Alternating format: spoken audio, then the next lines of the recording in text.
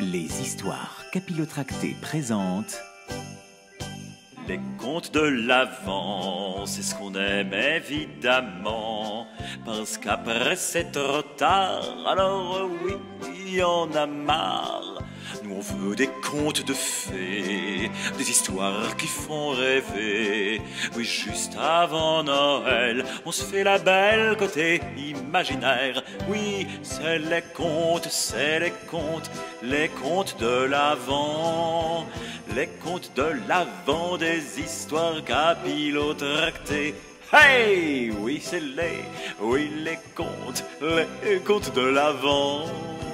Parce qu'après, oui, c'est trop tard, alors on fait ça plutôt avant le 25 décembre. Hey! Aujourd'hui, 22 décembre, c'est bientôt Noël, les enfants, eh oui! Oh. Aujourd'hui, mon histoire pose une sacrée question. Pourquoi la girafe ne parle-t-elle pas? C'est vrai ça? Pourquoi est-ce que la girafe ne parle pas? Autrefois, toutes les bêtes de la forêt parlaient. À cette époque, la girafe était la reine des animaux, à cause de son long cou, bien évidemment. Elle peut atteindre les cieux, les sommets, elle peut faire ce qu'elle veut avec son cou. Comme elle était plus grande que les autres, elle avait l'habitude de déambuler dans la forêt, la tête haute, en se parlant à elle-même. Mais cela ennuyait les habitants de la forêt. Son bavardage incessant les empêchait de faire la sieste. C'est qu'elle causait, la girafe. Une vraie pipelette. Un beau jour, tous les animaux se réunirent pour trouver le moyen de faire taire la girafe. Ils n'en pouvaient plus. Ras le bonbon, ras le bol, ras la casquette. Même si la girafe ne porte pas de casquette. Mais bon, là c'était saturation totale. Le léopard osa même lui dire, c'est pour dire, tenez-vous bien, « Tu n'es pas si extraordinaire, reine girafe. Il y a des tas de choses que nous faisons mieux que toi. » Ah oui, dis donc, alors là, il manque pas d'air quand même le léopard. Et quoi, par exemple demanda la girafe, un tantinet vexé, Eh bien, tu ne cours pas aussi vite que moi, par exemple, non? Si je ne m'abuse, répondit le léopard. C'est ce que nous allons voir, imprudent petit chaton. Faisons la course, et tu verras, répondit la girafe. Les autres animaux persuadés que le léopard allait gagner, c'est quand même un sacré animal rapide, qui est un peu réputé pour ça, finalement, le gros chacha. Eh bien, ils vinrent tous, les animaux, assister à la course.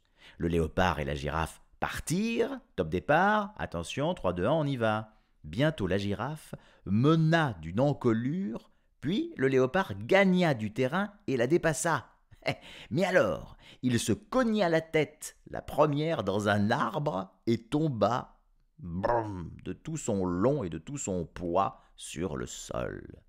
Après avoir gagné la course, la girafe devint encore plus vaniteuse. On peut dire qu'elle se la racontait, elle se la pétait à fond finalement, la girafe.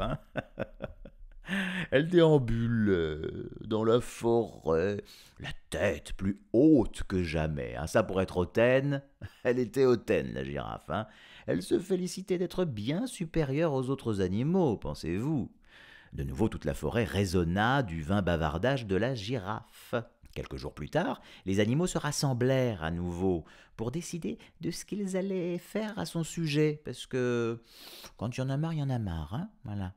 Mais seul le singe avait une idée. Forcément, les singes sont quand même rusés comme des renards. Il prit de la résine collante sur l'arbre à caoutchouc et l'emporta en sautant de branche en branche, en la répandant sur toutes les feuilles.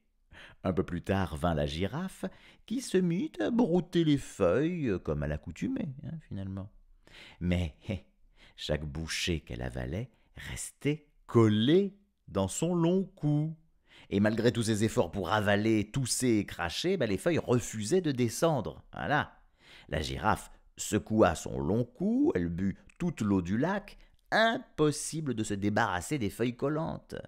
Et lorsqu'elle ouvrit la bouche pour répéter qu'elle était une bête admirable, qu'elle était merveilleuse, que c'était elle la plus belle, la plus somptueuse, la plus glamour des animaux de la jungle, eh bien elle s'aperçut qu'elle ne pouvait plus parler, Elle ne pouvait plus rien dire du tout. muette, comme une carpe, la girafe.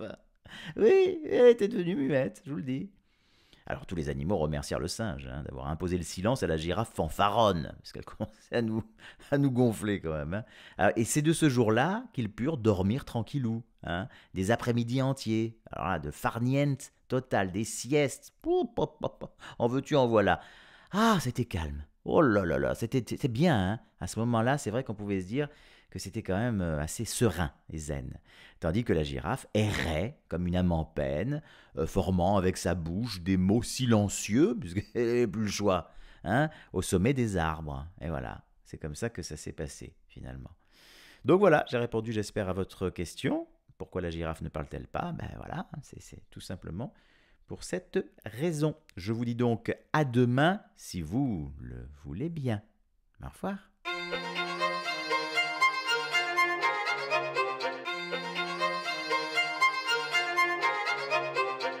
Les histoires capillotractées.